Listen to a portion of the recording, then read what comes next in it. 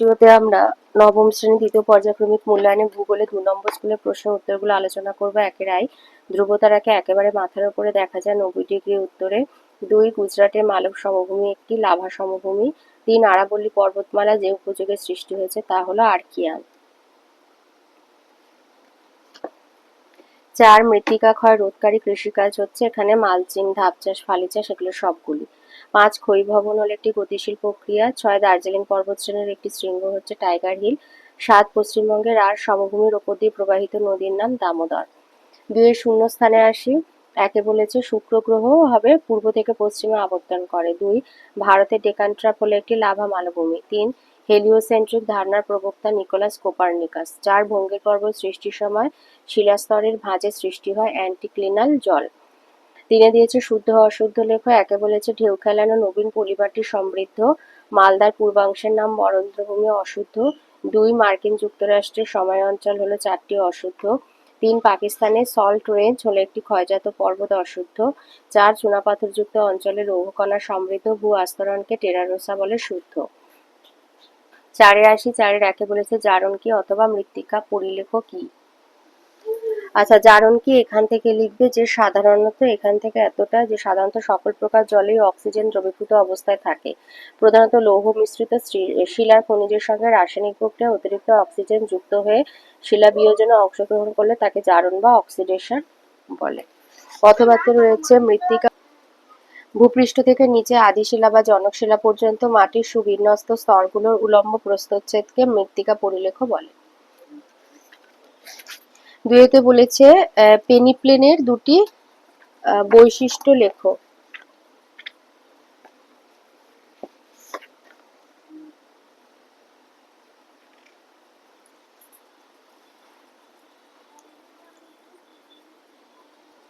আচ্ছা, পেনিপ্লেন মানে হচ্ছে সমপ্রায় ভূমি বা তরঙ্গায়িত সমভূমিকে পেনিপ্লেন বলা হয়ে থাকে।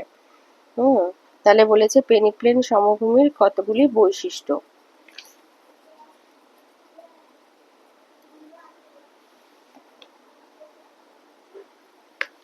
এই যে পেনিপ্লেনের বৈশিষ্ট্য হচ্ছে নদী বা জলধারার মিলিত কার্যে উচ্চভূমি ক্ষয় হয়ে প্রায় সমতলে পরিণত হলে পেনিপ্লেন বলে। আর্দ্র অঞ্চলে গঠিত সমভূমি আর কঠিন শিলা গঠিত অনুচ্চ টিলা বা পাহাড়গুলিকে বলে মোনাডন।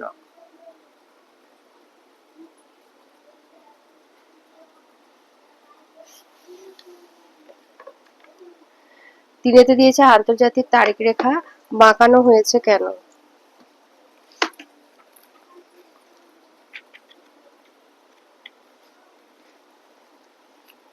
এই যে আন্তর্জাতিক তারিখ রেখা বাঁকানো কেন, আন্তর্জাতিক তারিখ রেখাকে মোটামুটি 180 ডিগ্রি দ্রাঘিমা রেখা অনুসরণ করে প্রশান্ত মহাসাগরের জলভাগের ওপর দিয়ে কল্পনা করা হলেও সামান্য কয়েকটি স্থানে এই রেখাটি স্থলভাগের ওপর অবস্থান করছে। এইভাবে স্থলভাগকে এড়িয়ে চলার জন্য রেখাটিকে কিছুটা পূর্বে বা পশ্চিমে বাঁকিয়ে দেওয়া হয়েছে। যেমন 1 হচ্ছে উত্তরাংশে এই রেখাকে সাইবেরিয়ার উত্তর পূর্বাংশে কিছুটা পূর্বে, 2 হচ্ছে অ্যালিউশিয়ান দ্বীপপুঞ্জের নিকট 7 ডিগ্রি পশ্চিমে এবং 3, দক্ষিণ দিকে চ্যাথান, ফিজি প্রভৃতি দ্বীপপুঞ্জের নিকট 11 ডিগ্রি পূর্বে বাকি স্থলভাগকে এড়িয়ে সম্পূর্ণরূপে জলভাগের ওপর দিয়ে কল্পনা করা হয়েছে। তা না করলে এই রেখা দুই দিকে একই দেশে দুরকম সময় নির্দেশ করত, এতে বার নিয়ে অসুবিধা দেখা দিত। 4 হচ্ছে 1990 সালে কিরিবাটি দ্বীপসমূহ যেমন লাইন আইল্যান্ড, গিলিবার্ট, ফোনেক্স সংযুক্ত হওয়া এখানে 180 ডিগ্রি দ্রাঘিমা রেখাকে পূর্ব দিকে 35 ডিগ্রি বাঁকানো হয়েছে। 4 দিয়েছে ল্যাটেরাইট মৃত্তিকার রং এবং প্রকৃতি লেখো।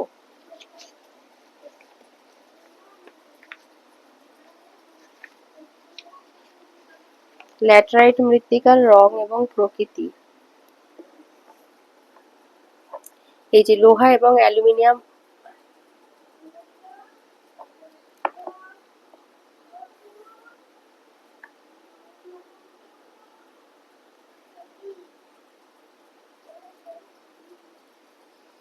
এই যে ল্যাটেরাইট মাটির রং আর প্রকৃতি। ল্যাটেরাইট মাটি এই যে পুরুলিয়া, পশ্চিম মেদিনীপুর, বীরভূম ও বাঁকুড়ায় যে দানাকার লাল বা বাদামি রঙের মাটি রয়েছে তাকে ল্যাটেরাইট বলে। ইটের মতো শক্ত লাল বলে এর নাম হচ্ছে ল্যাটেরাইট। আর বৈশিষ্ট্য হচ্ছে এই যে 1 হলো রং বাদামি বা লাল, 2 মাটিতে জল থাকলে থকথকে কিন্তু জল শুকিয়ে গেলে শক্ত ঝামা ইটের মতো হয়, 3 লোহা, অ্যালুমিনিয়াম ও ম্যাঙ্গানিজ অক্সাইড এই মাটির প্রধান উপকরণ। 4 মাটি ক্ষয় হয়ে খোয়াই বা গালি অপভূমি বা ব্যাডল্যান্ড সৃষ্টি হয়। পাঁচের একে দিয়েছে পশ্চিমবঙ্গের মালভূমি অঞ্চলের বর্ণনা দাও। পশ্চিমবঙ্গের মালভূমি অঞ্চলের বর্ণনা দাও।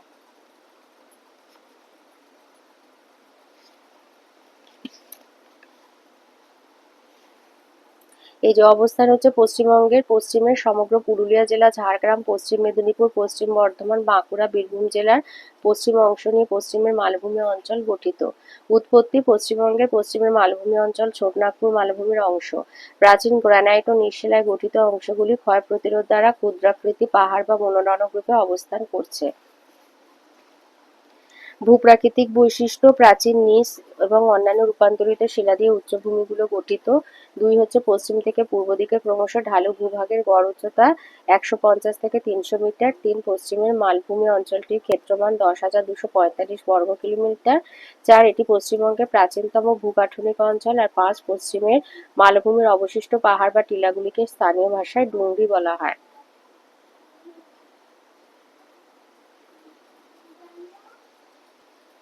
ভূপ্রাকৃতিক বিশ্লেষণ হচ্ছে ভূপ্রাকৃতিক বৈচিত্র্য অনুসারে পশ্চিমের মালভূমি অঞ্চল তিন ভাগে বিভক্ত: বরাভূম উচ্চভূমি।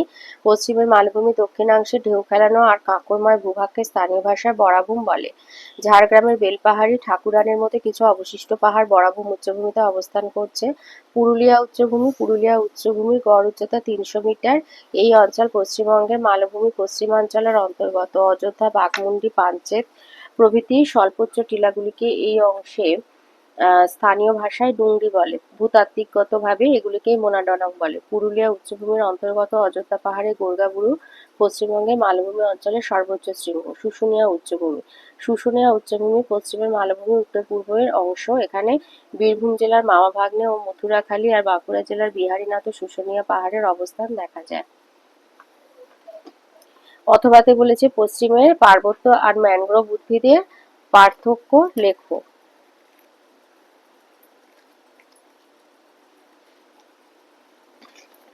বলেছে পশ্চিমবঙ্গের পার্বত্য আর ম্যানগ্রোভ উদ্ভিদের পার্থক্য।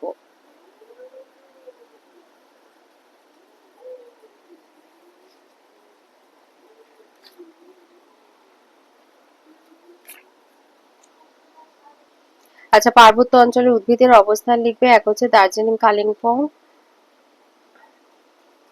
আচ্ছা, এখানে লিখবে যে পর্বতের নিচে 100 মিটার থেকে 1500 মিটার উচ্চতা এই জাতীয় উদ্ভিদের মিশ্র অরণ্য দেখা যায়। প্রধান উদ্ভিদ হচ্ছে শাল, সেগুন, শিশু গর্জন, বাঁশ, বেত। নাতিশীতোষ্ণ অঞ্চলের সরলবর্গীয় উদ্ভিদ 1500 মিটার থেকে 3000 মিটার উচ্চতায় এই জাতীয় উদ্ভিদ দেখা যায়। এই অঞ্চলের প্রধান উদ্ভিদ হচ্ছে ওক, ম্যাপল, পাইন, স্প্রুস। আর আলপীয় পার্বত্য অঞ্চলের উদ্ভিদ 3000 থেকে 4000 মিটার উচ্চতায় দেখা যায়। সিলভার পাইন, রোডোডেনড্রন ইত্যাদি। আর ম্যানগ্রোভ উদ্ভিদের বৈশিষ্ট্য লিখবে যে জোয়ার প্লাবিত সর্বদা ভিজে মাটিতে জন্মানোর জন্য গাছগুলি সারা বছর সবুজ পত্রে শোভিত চিরহরিত হয়। কাদা ও বালি প্রধান। আলগা মাটিতে দৃঢ়ভাবে আটকে থাকার জন্য কাণ্ড থেকে একাধিক মূল বের হয়ে মাটির সুগভীর স্তর পর্যন্ত বিস্তৃত হয়, তাই এরা ঠেসমূল আর স্তম্ভমূলযুক্ত। তিন জল সম্পৃক্ত মাটিতে বায়ু চলাচলের অভাবে বহু মূল শ্বাসকার্যে সহায়তা করতে মাটি ভেদ করে অভিকর্ষে বিপরীতে উপরে উঠে আসে। দেখতে খুঁটির মতো, অগ্রভাগ ছুচালো ছিদ্রযুক্ত, এদের শ্বাসমূল বলে। জোয়ারের জলস্রোতে বীজ পরিবাহিত হওয়ার কারণে মাতৃগাছে ফলের মধ্যে বীজ অঙ্কুরিত হয়ে মাটিতে পড়ে জরায়ুজ অঙ্কুরোদ্গম বলে। এদের কাণ্ড রসালো এবং শাখা প্রশাখা বহুল হয়। পাতা পাতলা, ছোট চামড়ার মতো শক্ত, তৈলাক্ত, মসৃণ। কিছু লবণাম্ব উদ্ভিদে কাণ্ডের নিম্নাংশ থেকে চ্যাপ্টা তক্তার মতো অস্থানিক মূল বেরোয়, একে অধিমূল বলে। দুইতে দিয়েছে স্থানীয় সময় আর প্রমাণ সময়ের পার্থক্য লেখো। স্থানীয় সময় এক হচ্ছে আকাশে সূর্যের অবস্থানের ভিত্তিতে কোনো স্থানে যে সময় নির্ধারণ করা তাকে স্থানীয় সময় বলে। দুই হচ্ছে কোনো দেশে স্থানীয় সময় অসংখ্য হয়। তিন প্রতি 1 ডিগ্রি দ্রাঘিমার পার্থক্যে স্থানীয় সময় পার্থক্য 4 মিনিট। চার একই দ্রাঘিমা রেখা বরাবর সর্বত্রই স্থানীয় সময় প্রায় একই হয়ে থাকে। পাঁচ সূর্যের অবস্থান ধরে গণনা করা হয় বলে এই স্থানীয় সময়কে সৌর সময় বলা হয়। ছয় পৃথিবীতে স্থানীয় সময়ের ব্যবহার নেই বললেই চলে। প্রমাণ সময় এক হচ্ছে কোনো দেশ বা অঞ্চলের একটি বা কয়েকটি প্রমাণ দ্রাঘিমা রেখা ধরে সেখানকার যে সময় নির্ণয় করা তাকে প্রমাণ সময় বলে। দুই কোনো দেশে প্রমাণ সময় একটি বা কয়েকটি মাত্র। 3 সমগ্র পৃথিবী জুড়ে সর্বনিম্ন প্রমাণ সময়ের পরিবর্তন ধরা হয়ে থাকে মোটামুটি 30 মিনিট। 4 হচ্ছে একই দ্রাঘিমা রেখা বরাবর বিভিন্ন দেশে প্রমাণ সময় বিভিন্ন প্রকারের হতে পারে। 5 প্রমাণ সময়কে সমগ্র দেশের প্রচলিত সময় ধরা হয়, একে প্রমাণ কালও বলে। আর 6 পৃথিবী জুড়ে সব সরকারি আর বেসরকারি কাজ প্রমাণ সময় অনুসারে করা হয়। 3 দিয়েছে চিত্রসহ স্তূপ পর্বত গঠনের প্রক্রিয়া বর্ণনা করো। এই যে স্তূপ পর্বতের উৎপত্তি আর এই ছবিটা দিয়ে দেবে। আর উৎপত্তি হচ্ছে যে স্তূপ পর্বত 4 ভাবে গঠিত হতে পারে। এক হচ্ছে দুটি সমান্তরাল চ্যুতির মধ্যবর্তী অংশ উপরে উঠে স্তূপ পর্বত গঠিত হতে পারে। চ্যুতির মাধ্যমে উঠে যাওয়া অংশ হলো হোর্স্ট। এই ধরনের স্তূপ পর্বতের উপরি অংশ প্রায় সমতল আর পার্শ্বস্থ অংশ খাড়া ঢালযুক্ত। 2 হচ্ছে দুটি সমান্তরাল চ্যুতির দুই পার্শ্বস্থ অংশ বসে গিয়ে আর মধ্যবর্তী অংশ একই অবস্থানে থেকে স্তূপ পর্বতের সৃষ্টি হয়। এই ধরনের স্তূপ পর্বত উচ্চ মালভূমিতে সৃষ্টি হয়। 3 দুটি সমান্তরাল চ্যুতির মধ্যবর্তী অংশ বসে গিয়ে এবং পার্শ্বস্থ অংশ একই অবস্থানে থেকে স্তূপ পর্বত গঠিত হতে পারে। চ্যুতির মাধ্যমে বসে যায় এই অংশ হলো গ্রাবেন। এই ধরনের স্তূপ পর্বতের সংস্র বা প্রস্থ উপত্যকা গঠিত হয়। 4 হলো দুটি চ্যুতির মধ্যবর্তী অংশ তির্যক ভঙ্গিতে উঠে গিয়ে পর্বত রূপে অবস্থান করতে পারে। এই ধরনের স্তূপ পর্বতের একাধিক ঢাল ভীষণ খাড়া এবং অন্যদিকে মৃদু ঢালযুক্ত হয়। আর এই ছবিটা দিয়ে দেবে। 4 দিয়েছে চিত্রসহ স্বল্পমোচনের বর্ণনা দাও।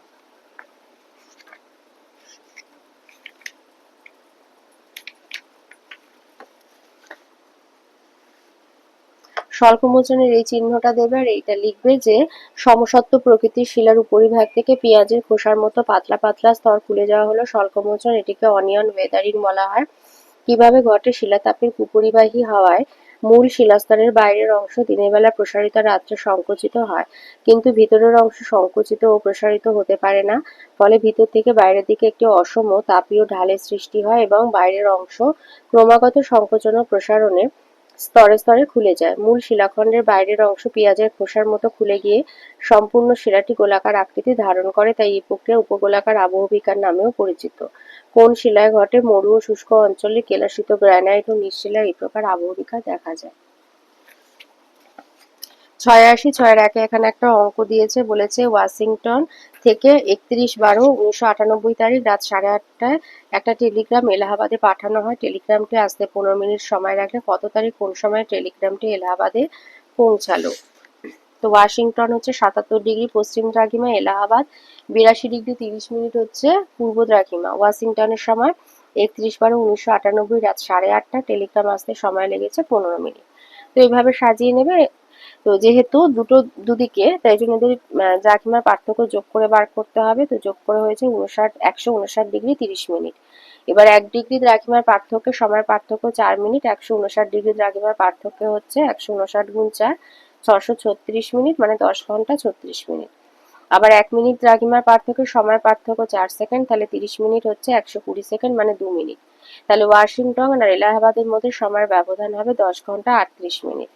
এবার এলাহাবাদ যেহেতু ওয়াশিংটনের পূর্বে অবস্থিত, তাই এলাহাবাদের সময় 10 ঘন্টা 38 মিনিট এগিয়ে থাকবে। এলাহাবাদের স্থানীয় সময় হবে 31/12 রাত 8:30 প্লাস 10 ঘন্টা 38 মিনিট, মানে 1/1/1999 সকাল 7টা 8। আর যেহেতু টেলিগ্রামে যাত্রার সময় লেগেছে 15 মিনিট, তাই সকাল 7টা 8 মিনিটের সাথে 15 যোগ করবে, সকাল 7টা 23 মিনিট। 2 দিয়েছে পশ্চিমবঙ্গে জলবায়ু ক্রান্তীয় মৌসুমী প্রকৃতির,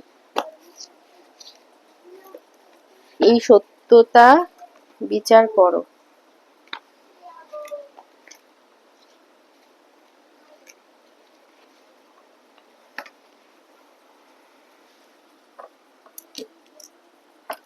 লিখবে পশ্চিমবঙ্গে জলবায়ু উষ্ণ আর্দ্র ক্রান্তীয় মৌসুমী প্রকৃতির। উত্তরে পার্বত্য অঞ্চলে সর্বত্র শীতে 3 মাস ছাড়া সারা বছরই উষ্ণতা বেশি থাকায় জলবায়ু উষ্ণ প্রকৃতির।